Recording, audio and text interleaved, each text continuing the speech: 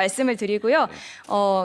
사실 이광수 소장님은 유튜브 댓글로도 왜 마이크 안 주냐라는 댓글이 많이 올라왔거든요. 그래서 발언 듣는데 저희가 약속된 시간이 100분입니다. 근데 4분밖에 남지 않았거든요. 처음부터 합시다. KBS에서 양해를 해주면. 예상하고 있었는데 조금 더 많은 분들이 발언하실 수 있게 최대한 간략하게 부탁드리겠습니다. 먼저 이광수 소장님께 마이크 전해드리겠습니다. 네, 참고로 제가 예측하기로는 최하 1시간은 늘어질 거다. 그렇게 생각하고 있으니까 너무 조급해하지 마십시오. 네. 예, 계속 손을 들었기 때문에 공정하지 않다고 생각은 안 합니다. 예. 안녕하세요. 광순회 복덕방 예원수라고 합니다. 저는 간단하게만 제안을 말씀드릴 거고요. 정책은 효율적이어야 되고 그리고 공정해야 됩니다. 그리고 또 하나가 더해줬으면 좋겠는데 과거에 없던 새로운 정책이어야 정부의 의지대로 부동산 시장을 이끌 수 있습니다. 그런 측면에서 어떤 정책을 논의할 때 이게 과거에 없던 건가를 계속 고민해야 됩니다. 그런 차원에서 제가 4가지 정도를 제안 드리고 싶습니다. 첫 번째는 대출 구조 조정을 해야 됩니다. 지금 대출 규제가 이루어지면 전부 다 신규 대출자에 대해서만 규제하거든요. 예를 들어서 LTV, DTI, DSR 모두 다입니다. 그런데 기 대출자에 대해서도 똑같이 적용돼야 됩니다. 그게 공정한 거죠. 왜 무주택자나 아니면 청년들만 규제를 받느냐는 이거죠. 기존에는 대출 많이 받아서 집 산 사람들은 집값이 엄청나게 올라와 있는데 그 사람들에 대한 대출 규제는 없습니다. 그래서 그런 공정한 대출 구조조정이 이루어진다고 보고 있고요. 두 번째는 저희가 양도세 감면을 해주는데 1가구 1주택자에 대해서 생애 1회로 제한해야 됩니다. 누구는 이사를 엄청나게 다니면서 그 비과세를 계속 받고 있어요. 그런데 이거를 생애 1회로 제한함으로써 과연 합리적인 선택을 하고 내가 처음에 집을 살 때부터 나는 이 집을 오래 살 건가 이걸 고민하게 해야 됩니다. 그래서 양도세 감면을 1회로 제한하자, 생애 1회로 제한하자 이걸 제안드립니다. 세 번째는요. 재건축 해야 됩니다. 해야 되는데 재건축 규제 완화를 하다 보니까 너도 나도 다 하면서 멸실주택이 증가하고 시장이 불안 요인이 되거든요. 그래서 저는 재건축 재개발의 총량 규제를 하자. 예를 들어서 서울에서 2만 가구 1년에 2만 가구만 하겠다는 겁니다. 그래서 그럼 누구를 먼저 하느냐? 공공 분양을 많이 하거나 용적률을 더 많이 올릴수록 분양가가 낮을수록 먼저 진행하게 하는 거죠. 그래서 지금 이 상태로 하면 규제 완화하면 강남만 재건축만 될 거예요. 그러면 계속 비싼 아파트만 시장에 양산되는 거죠. 그래서 실제로 재건축 재개발을 통한 공급을 시장 안정화에 기여하기 위해서는 총량 규제를 해서 더 공공성을 확보하고 그리고 분양가가 낮을수록 먼저 해주는 거예요. 인센티브도 훨씬 더 많이 주는 겁니다. 그래서 총량으로 하자. 지금 서울시장이 추진하는 것처럼 재건축 규제 완화를 이렇게 하잖아요. 그러면 우리나라 집값은 폭등할 겁니다. 왜냐하면 30만 채가 갑자기 없어질 거예요. 그래서 총량적으로 해서 순차적으로 하자. 이걸 제안드립니다. 네 번째는요. 규제 지역을 없애야 됩니다. 왜 어떤 지역은 다주택자들이 투기로 사면 대출도 해주고 세금도 깎아주는데 왜 어떤 지역은 규제 지역이라고 해서 그 지역은 안 되는 겁니까? 바로 옆 동네로. 그래서 아예 규제 지역을 없애고 전체 지역에서 예를 들어서 투기로 살 때는 똑같이 규제를 받는 거죠. 이 문제가 왜냐면 갑자기 동탄 지역에 집값 오른다고 가만히 있다가 규제로 하니까 시장이 변하거든요. 그래서 아예 규제 지역을 철폐하고 모든 대한민국의 어떤 땅이라도 투자로 살 때, 투기로 살 때는 규제를 해야 됩니다. 이것처럼 규제 지역을 아예 없애고 전체적으로 이게 바로 공정한 거죠. 왜 옆 동네에는 규제했다고 그래서 나는 못 사고 그 시차에 따라서 더 달라지거든요. 그래서 다시 한 번 말씀드리지만 이재명 정부의 부동산 정책은 합리적이어야 되고 그리고 공정해야 됩니다. 특히 공정성에 더 관심을 두고 정책이 설계됐으면 좋겠다는 말씀을 드립니다. 아주 재밌네요. 이게 100% 진리라고 하기는 어렵을지 몰라도 어쨌든 발상이나 이런 거 아주 새로운데 대출 구조 조정에 예를 들면 기대출자에 대해서도 예를 들면 만기가 되면 다 상환하고 새로운 조건에 맞춘다고 하는 건 시행하고 있죠. 네네. 그 제가 전에 SNS에 한번 얘기를 해서 똑같은 문제의식 가지고 있었는데 그게 광범위하게 전면적으로 되고 있는지는 잘 모르겠는데 한번 정리 한번 해보시고요. 네. 맞는 말씀이신 것 같아요. 지금 사실 청년 세대들이 갖는 어려움도 부모 세대, 기성 세대들은 이미 다 성장의 그 기회, 과실을 다 누렸는데 지금 새로 진입하려니까 너무 어려운 거잖아요. 이제 그거 다 기득권화된 거죠, 기성 세대. 그 문제는 또 일리는 지적받고 양도세나 이거를 생애 1회로 할지는 모르겠는데 기회를 무한대로 하게 하는 것은 사실 좀 문제가 있어 보이긴 하네요. 매우 일리 있는 지적인데 횟수를 제한하든지 아니면 첫 번째는 많이 해주고 두 번째는 좀 덜 해주고 세 번째는 아주 그거 좋은 생각인 것 같습니다. 한번 고민해 보시면 될 것 같아요. 그렇게 하겠습니다. 좋은 생각 같아요. 저는 이거 너무 많이 이제 활용하거나 총력으로 제한할 수도 있고요. 예를 들면 총력으로 여러 차례 이 고가 주택을 사고 팔고 해서 하는 경우에 똑같이 해줘야 되냐? 그 일리 있는 지적 같습니다. 그 외에도 이런 구체적 타당성 있게 하자는 말씀이신 것 같은데, 어쨌든 정책 당국자들이 좀 어렵긴 하겠지만 이렇게 좀 핀셋형으로 정확하게 구멍이 없게 하는 것도 중요하고, 또 이걸 활용해서 부당하게 이익을 얻는 틈새가 생기지 않게 하는 것도 중요한데, 이러려면 일을 좀 많이 해야 됩니다. 예, 그렇게 하겠습니다. 또 다른 분 의견 들어보시죠. 네, 의견 듣겠습니다. 좀 뒤쪽으로 가고 싶은데 저기 맨 뒤에 여성분 계시거든요. 마이크 전해드리겠습니다. 이게 안기령 대변인이 시야가 이렇게 돼서 그 라인으로만 지정되는 경향이 좀 보이는데 아닌가요? 네. 네, 말씀하십시오. 네, 안녕하세요. 저는 일반 참여자 황정민이고요. 저는 수원의 한 아파트 입주 예정자입니다. 2년 전 실거주 목적으로 분양을 받았는데 최근 그 가계대출 총량 규제에 따른 은행별 대출 한도 소진으로 인해서 잔금 대출 아예 받지 못하는 상황이 발생하고 있습니다. 이로 인해서 올해 입주를 앞둔 많은 실거주 예정자들이 큰 어려움을 겪고 있습니다. 이런 투기 수요를 억제하려는 정책 취지는 공감합니다. 다만 이미 2년 전에 계약한 실수요자들에 대해서는 잔금 대출 규제를 예외 적용하거나 경과 조치를 마련할 계획이 있는지 답변 부탁드립니다. 감사합니다. 네, 한번 점검해 보시죠. 이게 저런 지적들이 꽤 있더라고요.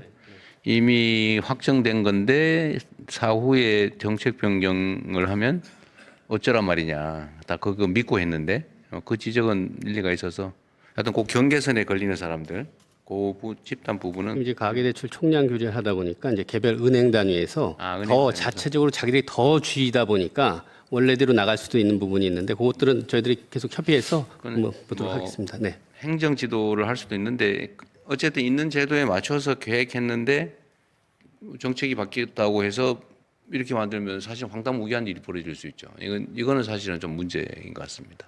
그거는 그게 얼마나 많은지 모르겠는데 어쨌든 요 경계를 그을 때 그 상처 입는 사람들이 최소화될 수 있게 좀 할 필요는 있을 것 같아요. 네, 그러면 이제 제 가까이에 여기 베이지 재킷 입으신 여성분께 마이크 전해드리겠습니다.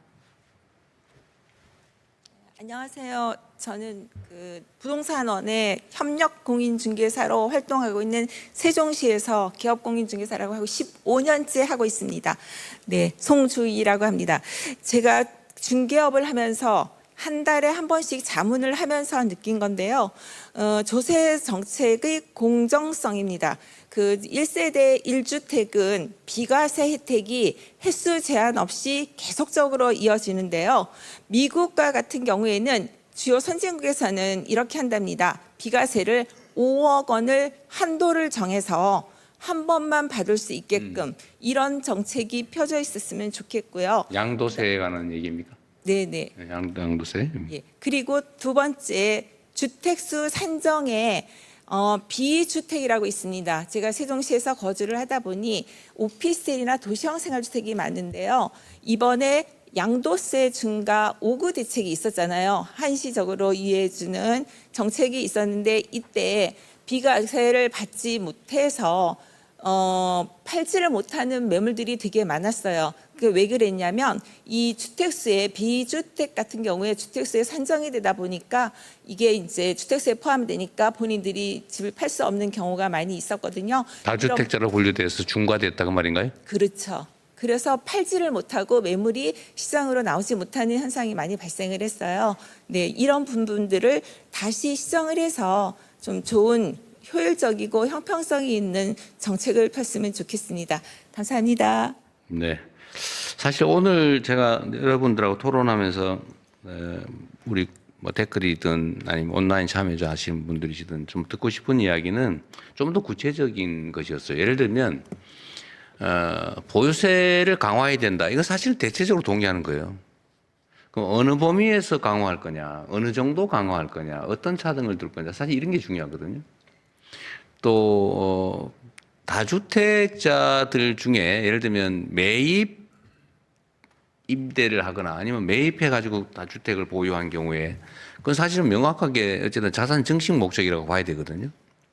그런 경우하고 내가 진짜 살기 위해서 산집하고에 대한 보호 정책은 좀 달라야죠. 예를 들면 조세라고 하는 게 일반적인 기준을 두고 예를 들면 내가 진짜 내 살림을 하기 위해서 가진 경우하고 와 여러 채를 돈 벌기 위해서 한 경우는 전 당연히 차등을 둬야 된다고 보고 그거에 대해서 우리 국민들께서 이견이 있을 것 같지는 않아요. 똑같이 해라.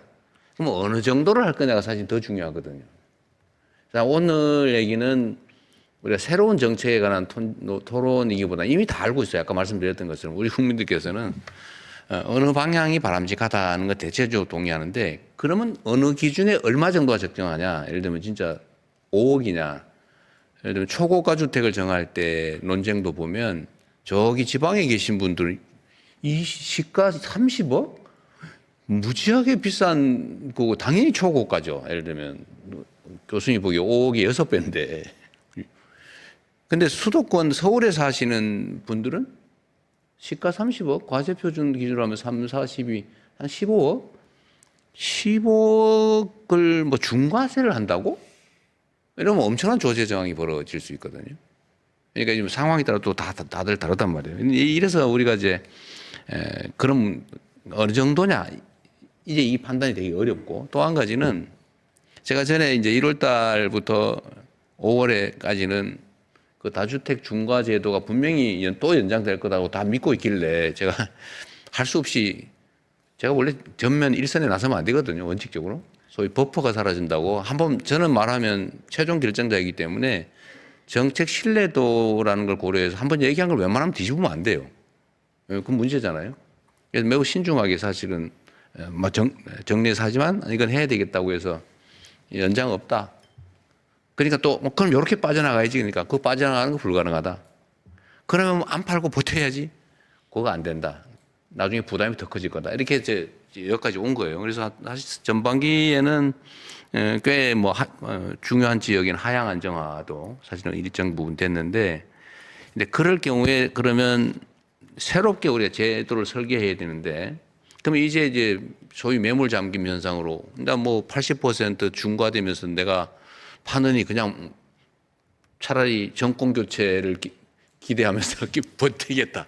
이런 경우가 이제 많아졌을 거 아닙니까? 그리고 정권 교체를 위해서 열심히 노력하겠죠. 근데 이럴 때 과연 그러면 여기에 대해서 어떤 탈출로 퇴로를 만들어야 된다는 것도 맞는 말이죠. 뭐 바람직한 상황태가 아니니까. 그럴 때 그러면 이건 또 어떻게 처리해야 되냐. 여기에 대해서 의견들을 또 주신 분들도 있어요. 예를 들면 그때 판 사람들보다 더 똑같이 하거나 유리하게 하면 대통령 국가 최고 책임자가 한 얘기를 믿고 처분한 사람이 손해보는 느낌이 들잖아요. 그렇게 되면 안 되죠. 그러면 그것보다는 적게는 탈출할 수 있는 기회를 한시적으로 주는 게 어떠냐 이런 의견도 있어요. 어느 정도로 또 어느 기간 동안에 그럼 종부세 보유세를 강화하면서 그 대신 강화만 하면 또 안 되잖아요. 그럼 퇴로를 열어줘야지. 퇴로를 열 때 그러면 어느 기간에 어떤 방식으로 이런 고민들을 사실 좀 해야 되거든요. 또 택지 공급과 관련해서 이런 고민도 있습니다. 제가 지금 수도권에 지금 헬기 타고 한번 돌아볼 생각이거든요. 전부 다 좀 찍어보려고 제가 또. 공무원들 입장에서는 이거 원래 안 되는 거야. 당연히 안 되지. 이런 게 있는데 제가 보는 시각은 또 다를 수 있거든요. 여러분들이 보는 시각이 또 다를 수 있어요. 근데 우리 집 옆에 이거는 개발해도 괜찮겠는데? 근데 검토가 안 되고 있네? 이런 의견도 좀 주시면 좋겠어요. 그러니까 이 공급을 어쨌든 늘려야 되는데 그럼 신규 택지를 어디서 발굴할 거냐? 이게 만만치가 않은 거예요. 뭐 최대도 발굴을 또 추가로 하고 있습니다만. 그래서 근본적인 대책은 이제 이 집중 압력을 줄이는 건데 그것도 한계가 있죠. 단기적으로 안 되잖아요. 그래서 지금 단기적으로 한다면 지금 당장에 제일 급한 거는 사실은 이제 조세 제도죠. 왜냐하면 시한이 있어요. 이제 이번에 안 하면 또 내년에 해야 되고 그렇다고 이거를 뭐 찔끔 지금 이래 할 수는 없잖아요. 하면 제대로 해야 되는데 그래서 그런 측면에 좀 맞춰서 말씀해 주시면 좋을 것 같습니다. 그러니까 네. 원론적인 얘기는 대충 다 아는 거예요, 서로. 네. 그 제가 알기로 이 자리에 언론인 분들도 이렇게 와 계시다고 알고 있거든요. 네, 저기 발언 기회 드리겠습니다. 마이크 전달해 주세요. 아, 그렇게 하시면 되겠네요. 여기 그냥 나는 분류가 돼 있던데. 예, 그러십시오. 네. 예, 안녕하십니까. 죄송합니다. 안녕하십니까. 저는 유튜브를 통해서 재건축과 재개발 분야의 탐사 취재를 진행하고 있는 프레스룸의 정혜권이라고 합니다. 먼저 교수님들께서 말씀하신 재건축에 대한 공사비 인상 부분에 대해서 좀 말씀을 드리고자 하는데요. 최근 들어서 전쟁 때문에 공사비가 인상이 되고 있다라고 주장을 하는 거는 사실과는 좀 다른 내용이 있습니다. 저희들이 소비자 물가 지수라든가 이런 거 20년치 통계를 내봤는데 20년 동안의 민생 물가 지수는 60%가 올랐습니다. 건축에 관련된 물가 지수는 120%가 올랐는데 재건축, 재개발에 관련된 물가 지수는 380에서 400%가 올라갔습니다. 그래요? 이것은 무엇을 뜻하냐? 공사비가 올라간 것이 아니라 그 안에 들어가 있는 살림살이, 즉 마감재에 대한 가격대가 올라갔다는 것을 얘기하고 있습니다. 공사를 하는데 내가 우리 집을 짓는데 그 안에 들어가는 마감재가 왜 집값에 포함이 돼야 되는지 이 부분에 대해서는 정부 차원에서 조금 대책이 필요할 것 같고요. 두 번째는 이 마감재를 압박을 놓고 있는 브로커들의 존재입니다. 브로커들이 매년 수백억씩의 자금 세탁을 통해서 건설사라든가 조합임원 혹은 정관계 공무원들한테 다방면에 있어서 뇌물을 뿌리면서 공사를 지연시키거나 혹은 조합장을 교체하거나 시공사를 교체하는 사례가 무지하게 많이 일어납니다. 근데 더 중요한 것은 이러한 문제에 대해서 저희들이 사법당국에 수사 첩보나 범죄 정보를 제공을 하더라도 전혀 이루어지지가 않습니다. 재건축 분야는 민간 분야이기 때문에 수사하기가 까다롭다는 이유죠. 수백억대의 뇌물이 돌아다니는 이 현장에서 수사가 전혀 이루어지지 않고 공사비는 폭등하고 있는 이 상황을 정부에서는 조금 더 면밀하게 좀 살펴봐 주시기를 부탁드리겠습니다. 네. 그 매우 일리 있는 지적이신 것 같습니다. 이게 그 정말 객관적인 상황 때문에 어쩔 수 없이 이루어지는 것이냐, 아니면 그 구조를 활용한 뭔가 부정행위냐, 저희가 한번 잘 챙겨보겠습니다. 근데 전에 지역주택조합이라고 있었잖아요. 제가 대선 때 다니다 보니까 온 동네의 지역주택조합의 공사비가 예측보다 너무 많이 올랐다고 다 막 그 정말 거의 다 막 울고 다니시던데, 제가 취임하고 난 다음에 전부 조사를 해봤더니, 조사를 하고 조정을 했더니 그 건축비를 상당 정도 다 낮추더라고요. 수백억씩. 근데 그런 걸 보면 그게 불가피한 인상이었으면 낮추기 어려웠을 텐데, 그게 아닌 걸 보면 지금 말씀하신 그런 요소들이 좀 있어 보입니다. 예를 들면 그 불투명성 속에서 뭔가 약간의 좀 정당하지 않은 인상이 있었지 않았을까 싶네요. 상승률은 놀라울 정도입니다. 네. 이건 따로 챙겨보겠습니다. 한번 전면 점검을 한번 해볼 필요는 있을 것 같아요. 네네, 저희 국조실의 그 감찰 조직이랑 뭐 관련된 그 사업 감찰하는 조직들이 있으니까 그렇게 하겠습니다. 좀 제대로 보겠습니다. 네. 그거 한번 체계적으로 뒤져볼게요. 네, 그리고 그 앞에 안장원 기자님 계신 것 같은데 혹시 하실 말씀 없으실까요? 네, 마이크 전해주시면 감사하겠습니다. 예, 안녕하세요. 저는 중앙일보 안장원 기자라고 합니다. 오늘 토론회 맞아서 몇 가지 간단히 그냥 말씀드리겠습니다. 먼저 쟁점이 되고 있는 그 가운데 과세 기준 가액이냐 주택 수냐는 거, 30억이냐 10억짜리 집 세 채냐.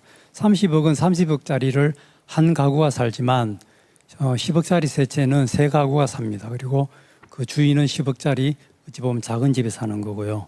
그래서 가액이냐 주택 수냐만 갖고 따지는 거는 되게 편의적이고 관료주의적이고 쉬운 발상인 것 같습니다. 물론 다주택주택자라는 게 다주택자들이 집을 사니까 집이 부족해서 살 집이 부족해서 일테면 실수요자라든가 무주택자가 집 살 계획 없느냐는 발상인데, 그거는 주택수가 절대적으로 많이 부족할 시절의 이야기지 지금처럼 어느 정도 주택 사정이 나아진 상황에서는 조금 구시대적인, 이를테면 좀 바꿔야 되지 않을까라는 생각이 듭니다. 그게 지금 다주택자 규제가 2004년부터 해서 노무현 정부 때부터 지금 양도세, 종부세 도입이 됐는데 20년이 지나도록 통계적으로도 보고 하면은 1주택자 비율이 는 것도 아니고 다주택자 비율이 눈에 띄게 줄어든 것도 아닙니다. 그리고 자가 부여율이 또 급속하게 오른 것도 아닙니다. 그때나 따져보면 큰 변동은 별로 없습니다. 그래서 가액 기준으로 해서 가액 기준이 아니고 가액이냐 주택 수냐를 떠나서 저는 용도를 보고 어떻게 쓰느냐를 보고 이거를 거주용으로 쓰느냐, 아니면은 이걸 임대를 할 거냐, 아니면은 이걸 며칠에 한 번씩 오는 별장으로 쓸 거냐, 또는 비워놓기만 하느냐, 이런 거에 따라서 이를테면은 그 과세 기준을 달리하면 어떨까 하는 생각을 해봅니다. 그러면은 뭐 공정시장가액 비율이라든가 기술적으로는 가능한 부분인 것 같고요. 그리고 그 다음에 그 과세 균형에 있어서 보유세 강화, 그 다음에 거래세 인하를 말합니다만은 저 역시 보유세는 강화해야 된다고 생각합니다. 지금 보면은 흔히 그 지금 저희 나라 그 세부담 정도가 어느 정도냐를 말할 때 GDP 대비로는 지금 OECD 평균보다 높고 그 다음에 실효세율이라고 해갖고 집값 대비로는 낮다고 이야기합니다. 이것은 어떻게 보면은 어린 아이가 어른 옷을 아주 싼 가격에 입는 그런 상황과 비슷합니다. 어린아이 입장에서는 가격이 할인된 가격이지만 비싼 셈인 거고 옷에 비해서는 싼 가격인 상황입니다. 그러면 거기서 그 적정한 균형점을 찾아야 된다고 생각합니다. 그러기 위해서는 우선 먼저 보유세는 일단 좀 강화될 필요가 있을 것 같고요. 보유세 부분에 있어서는 종부세가 있고 재산세가 있는데 재산세 부분은 일단 재산세 부분에 있어서는 2021년도에 과거 문재인 정부 때 공시가격 현실화율을 급격히 높이면서 재산세가 급격히 내려가니까 공시가격 9억 원 이하에 대해서 0.05%포인트 특례를 도입했습니다. 그게 원래 3년 하려다가 다시 연장해서 이달 올해 말까지입니다. 근데 그때 사정과 지금 보면은 공시가격 현실화율도 급격하게 떨어져 있고 한 상황이기 때문에 그런 부분은 조금 다시 정상화랄까 다시 되돌려야 될 필요가 있지 않을까라는 생각이 들고요. 그리고 그 초고가 주택 부분에 있어서는 저는 초고가 주택은 앞서도 이야기 있었습니다만은 초고가 주택이 집값 주도를 선도합니다. 그리고 초고가 주택은 어떤 실수요적인 측면 예외, 희소 가치라든가 그 다음에 과시적 효과라든가 이런 것 때문에 가격이 상당히 많이 부풀려 있습니다. 그리고 초고가 주택은 대개 큰 집이고 합니다. 그러면 이거는 자원 낭비라는 측면에서 보다 하더라도 이것은 어떤 기후 위기든지 이런 상황에서 과연 맞는가라는 생각이 들고요. 그런 측면에서 초고가 주택에 대해서는 더 많은 과세가 필요하지 않을까라는 생각이 듭니다. 그러면 초고가 주택에 대해서 과세할 경우에 그에 대한 조세 부담이 저항이 있을 수 있겠지만 제 생각에는 초고가 주택을 가진 분들은 초고득 자산가일 수가 있을 테고 이런 분들은 기부도 많이 하고 뭐 보시도 많이 할 겁니다. 어차피 세금 많이 내려는 거는 국가에 대해서 국민에 대해서 기부하는 것과 마찬가지지 않습니까? 그래서 그렇게 뭐 저항을 많이 할까라는 생각이 들고요. 그리고 적정한 가격이 어느 정도라는가를 생각해 보면은 지금 종부세가 부과되는 공시가격 12억 원은 주택수 기준으로 보면은 올해 보면 대략 한 전국 주택수의 한 3%, 서울의 한 15% 정도 됩니다. 그러면은 이거를 만약에 공시가격을 30억으로 하면은 전국 주택수 기준으로 0.3% 정도가 됩니다. 그리고 대략 한 5만 가구 정도가 되고요. 공동주택 기준으로. 그럼 그거에 대해서 조금 더 높이는 게 어떨까 하는 생각이 들고요. 그리고 30억 정도 하자. 공시가격 30억. 그리고 공시가격이 한 20억 정도면은 아마 한 1% 정도 될 겁니다. 그래서 제 생각은 1% 이내로 인해서 그 대상은 초고가이기 때문에 가능하면은 숫자는 좀 줄이는 게 맞지 않을까라는 생각이 듭니다. 그리고 지금 아까 말씀드린 것처럼 초고가 주택이 어떤 자산 가치의 불평등이라든가 소득 양극화와도 관련된 부분이 한데 지금 양도소득에 있어서도 사실 초과 양도소득이 되게 많습니다.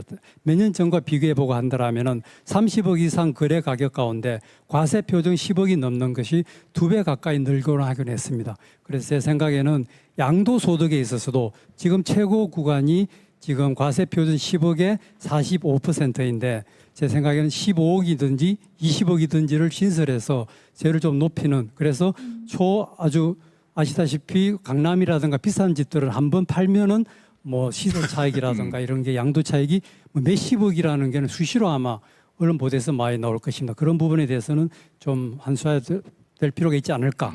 그리고 지금 또 취득세 부분에 있어서 고급 주택이 있습니다. 고급 주택이라고 지금 집 크기만을 가지고 대략 100평을 넘게 따지는데 저는 그 고급 주택의 부분에 있어서도 아까 그 초고가 주택의 금액 기준도 같이 적용해서 하는 게 어떤가라는 가격 기준을 도입하자. 예, 가격 기준도 같이 병행을 해서 집 크기라는 것은 과도한 주거의 과잉 낭비, 과소비라고 생각되기 때문에 그것과 함께 그 가격도 같이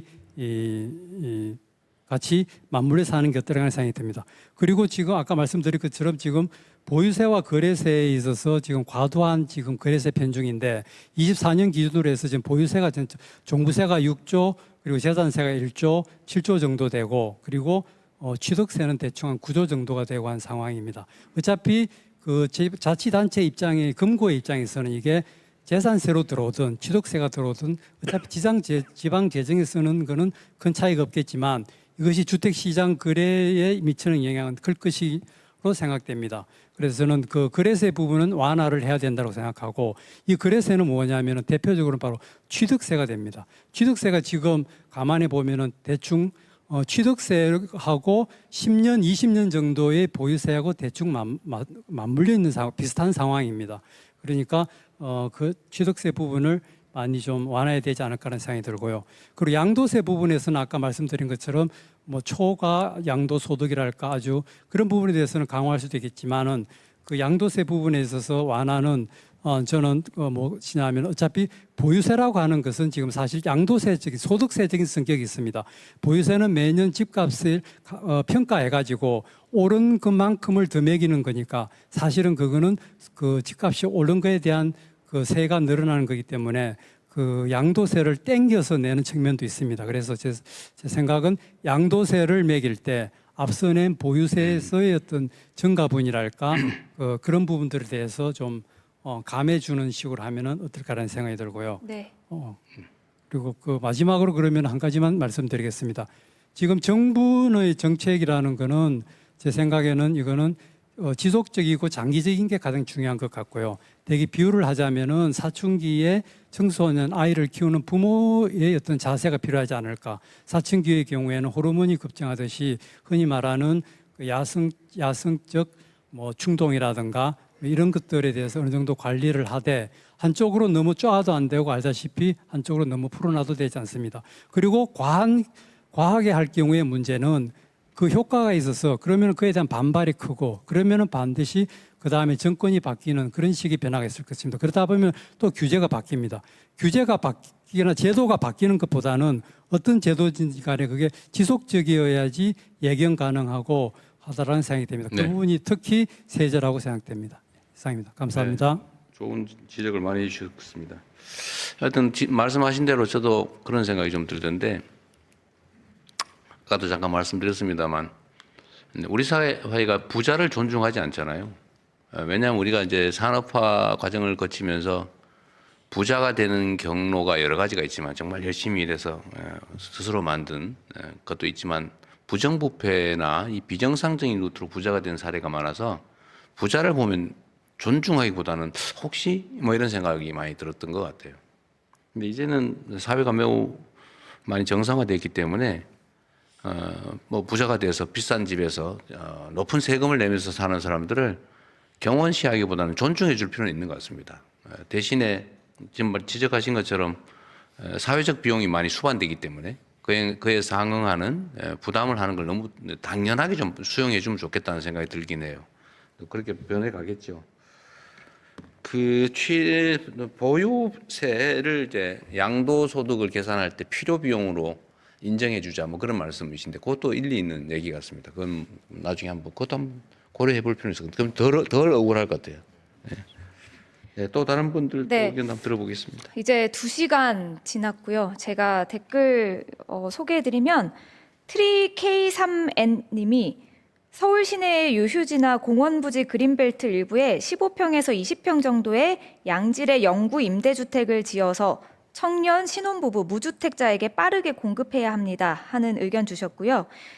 DW킴3178님이 생애 최초 LTV 확대, 대출 한도 상향해 주세요. 흑수저 고소득 신혼부부들은 지금 상황에서 너무 힘듭니다 라고 하셨습니다. 그리고 와치더선님이 보유세 입에 쓴 약이 많네요. 장기적으로 보유세 비율이 해외 선진국가처럼 실효적으로 증가할 것, 즉 현실화될 것이라는 정책이 계속해서 추진될 것이라는 확신이 있다면 시장 수요자도 이를 감안하여 다주택자, 투기자들도 고려할 것이라 생각됩니다. 라는 의견 주셨습니다. 네. 그리고 마지막이시면 아니요, 이제 다 하셨어요? 발언 네. 그 유휴부지 예를 들면 지금 이제 산업 경제 상황이 바뀌었기 때문에 과거에는 당연히 도시에는 일자리로 공장이 필요하다. 근데 지금은 공장이라고 하는 것보다는 사실은 전혀 다른 첨단 연구, 뭐 개발 이런 쪽이 더 중심이 돼가고 있어서 사실은 이제 토지의 배치를 바꿔야 된다. 아까 누가 발표도 해주셨던 것 같아요. 네, 그 점은 우리가 각별히 좀 유념하겠습니다. 그래서 용도 변경을 하되 필요하면은 그로 인해서 생기는 뭐 과도한 이익은 일부를 좀 환수하는 공공기관하는 쪽에서 부담을 시키고 변경해서 주거로 좀 전환하는 그런 건 한번 잘 검토해 보겠습니다. 그리고 청년이나 신혼부부들에 대해서 좀 특별한 보호 정책이 필요하다는 점에 대해서도 좀 아까 발표에도 좀 있었는데 각별히 저희가 유념하도록 하겠습니다. 그리고 몇 가지 제가 좀 우리가 얘기해야 되는데 좀 빠져 있는 부분 지적을 좀 하고 의견을 좀 물어보겠습니다.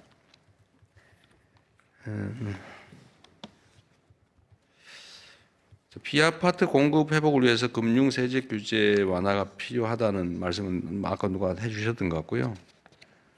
재개발 재건축 활성화를 위해서도 좀 규제 완화가 필요하냐? 뭐 요 얘기에 대해서는 약간 양론들이 있는 것 같아요. 이게 재개발 용적률을 올려주면 그게 과연 주택시장 안정에 도움이 되느냐, 주택 집값 폭등의 한 요인이 되느냐, 그 차이도 하나 있는 것 같습니다. 그리고 저희가 이제 공공 영역에서 이제 택지를 개발하거나 취득을 해서 주택을 공급할 때 어떤 방식으로 공급할 거냐, 즉 임대로 할 거냐, 아니면 분양을 할 거냐, 또 만약 임대든 분양이든 할 때 누구를 주 대상으로 할 거냐, 또는 임대와 분양을 또 소위 역세권을 기준으로 한다면 이걸 어디다 배치할 거냐, 이런 부분에 대해서 좀 사고의 전환이 필요하다는 생각은 하고 있습니다. 예를 들면 뭐 공공임대 그러니까 과거에 막 영구 임대처럼 8평, 12평 지어가지고 막 정말 어려운 사람들 만사하는 그런 걸 우리가 상상을 했는데 이제는 좀 방침을 좀 바꿔야 되겠다는 생각을 하고 있어요. 예를 들면 뭐 국민주택 규모 한 25평이든지 30평이든지 뭐 이런 정도 되는 고품질의 중산층도 거주할 수 있는 장기적으로 임대하는 그런 아파트를 역세권 중심으로 먼저 건설하고 그럼 많은 사람들이 활용할 수 있잖아요. 여기서 살다가 집을 사서 나갈 수도 있고 또 다른 사람이 이용할 수 있고 우리 대한민국에 좀 쓸만한 공공주택은 거의 없다시피 하기 때문에 공공임대주택은 그래서 요 방향은 좀 비중은 좀 조절을 할 계획을 내부적으로 가지고 있다는 말씀 먼저 좀 드립니다. 그렇게 해야 사실은 주거 안정이라고 하는 게 또 가능하겠죠. 본인의 주거를 꼭 취득하는 것도 중요한데 뭐 그 존중해야죠. 그러나 모두가 바로 그렇게 가기는 어렵다. 주거 사다리가 필요한데 그거는 이게 중산층도 입주할 수 있는 고품질의 공공임대주택을 장기적으로 제공하는 것도 국가가 해야 될 중요한 역할이다 이렇게 생각합니다. 또 이제 얘기를 한번 들어보시죠. 네, 주어진 시간 안에 조금 더 많은 분들이 발언하실 수 있도록 간략하게 요약해서 부탁드리겠습니다. 말씀드렸지만 대부분 다 이해하고 있어요. 그러니까 네, 아까 두 해야 번째 되는 줄에 기준으로. 답변만 하시고 의견을 말씀 못 하신 것 같아서 네, 마이크 전해드리겠습니다. 네.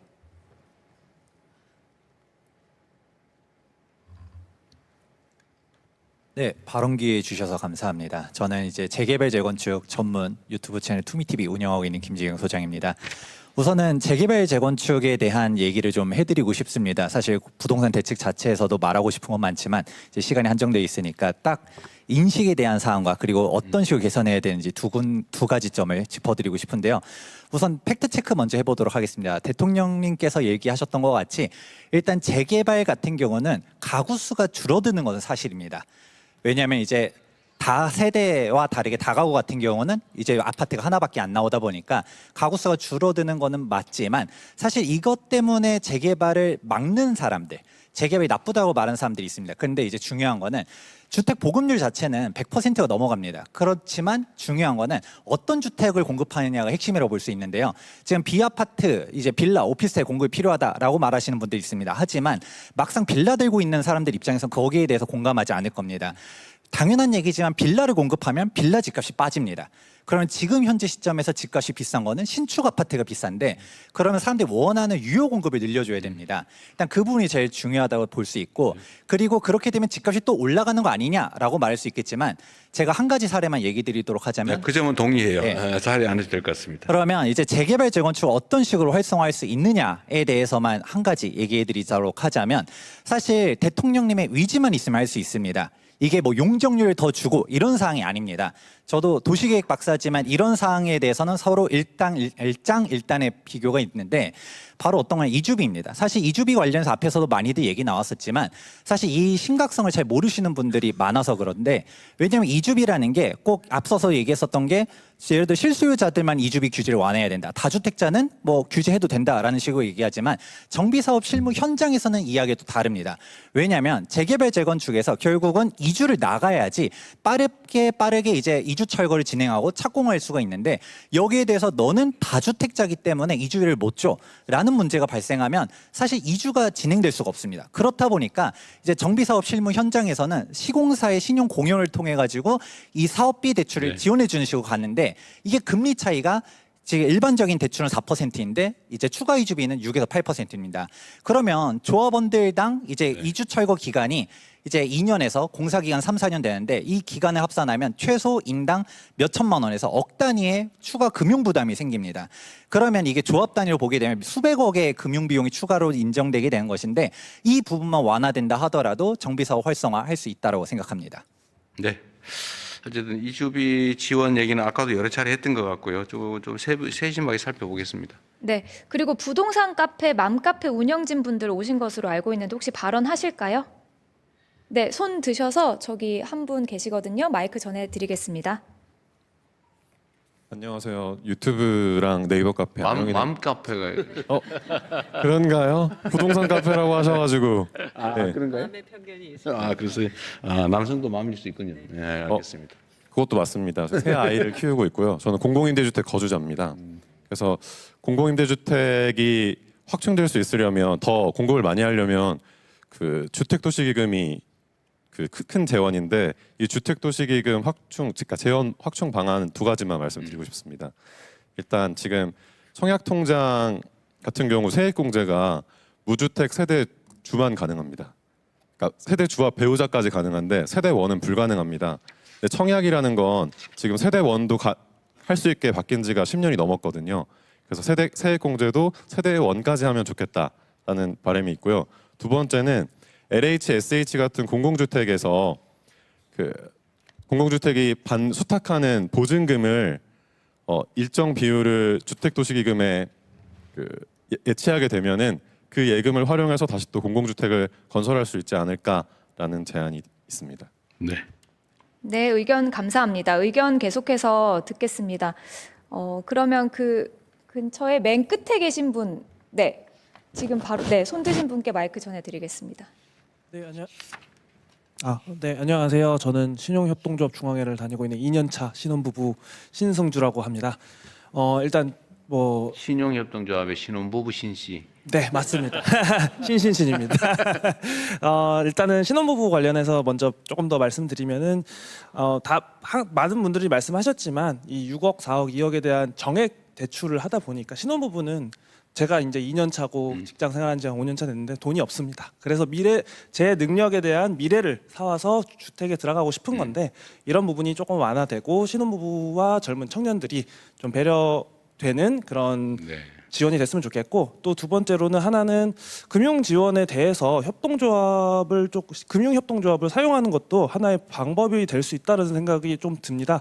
왜냐하면 협동조합의 기본은 그 조합원들에게 환원을 하는 것이기 때문에 대출이나 이런 것들에 대한 이자 수익을 다시 조합원에게 배출하면은 선순환 구조가 될 수 있을 거라고 생각을 합니다. 지금 부동산 PF 규제 같은 것들이 협동조합에 좀 있는데 그런 부분들을 같이 잘 조합해서 발전하게 나가는 방식 중에 하나로 협동조합을 활용하는 것도 좋은 방법이라고 생각을 합니다. 감사합니다. 알겠습니다.